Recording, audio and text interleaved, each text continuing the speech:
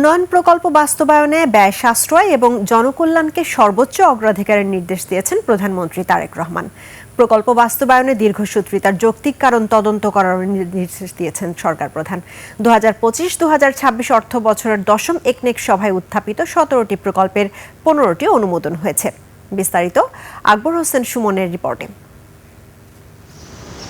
সচিবালয়ে প্রধানমন্ত্রী তারেক রহমানের সভাপতিত্বে অনুষ্ঠিত হয় সরকারের দ্বিতীয় ও 2025-26 অর্থ বছরের দশম জাতীয় অর্থনৈতিক পরিষদের নির্বাহী কমিটির সভা। উত্থাপিত 17টি প্রকল্পের মধ্যে 15টি প্রকল্প নিয়ে আলোচনা হয়েছে সভায়। প্রকল্পের ব্যয় এবং এর প্রয়োজনীয়তা নিয়ে প্রধানমন্ত্রী অত্যন্ত সুনির্দিষ্ট নির্দেশনাও দিয়েছেন। নির্বাচনী ইশতেহারের সঙ্গে সামঞ্জস্যপূর্ণ কিনা তা যাচাই করারও নির্দেশনা আসে সভায়।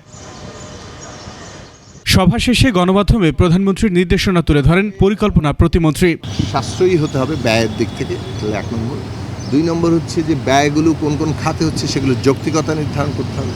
3 নম্বর হচ্ছে যে যেই প্রকল্পগুলোই নেওয়া হয়েছে সেগুলো আসলে কতটা বর্তমান সরকার তার যে প্রতিশ্রুত তার যে নির্বাচনী ইশতেহার, তার যে পরিকল্পনা 31 দফা কর্মসূচি সবগুলোর সাথে সামঞ্জস্যপূর্ণ কতটা, এই সবগুলো দিক পরীক্ষা নিরীক্ষা করার জন্য নির্দেশনাটা আগে এসছে।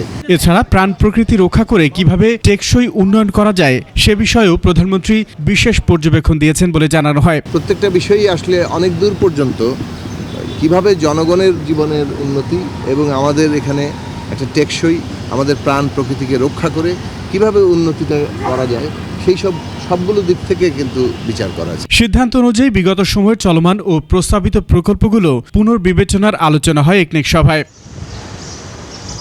আকবর হোসেন সুমন, 21 টেলিভিশন, ঢাকা।